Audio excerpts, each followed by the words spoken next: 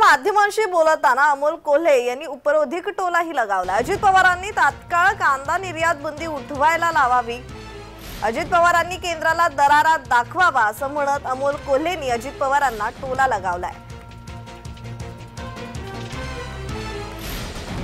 मला वाटतं ते जर प्रेम असेल तर मी आदरणीय दादांना हीच विनंती करतो की आपण केंद्र सरकारकडे आग्रही ठामपणे ही मागणी करावी की आमचा कांदा उत्पादक शेतकरी संकटात आहे, तात्काळ निर्यात बंदी उठवा।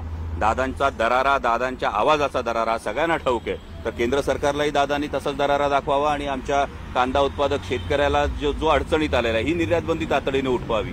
दादांकडेच फायनान्स आहे तर दादांनी आमच्या दूध उत्पादक शेतकऱ्याला तातडीने दिलासा द्यावा, हीच माझी आमची मागणी आहे।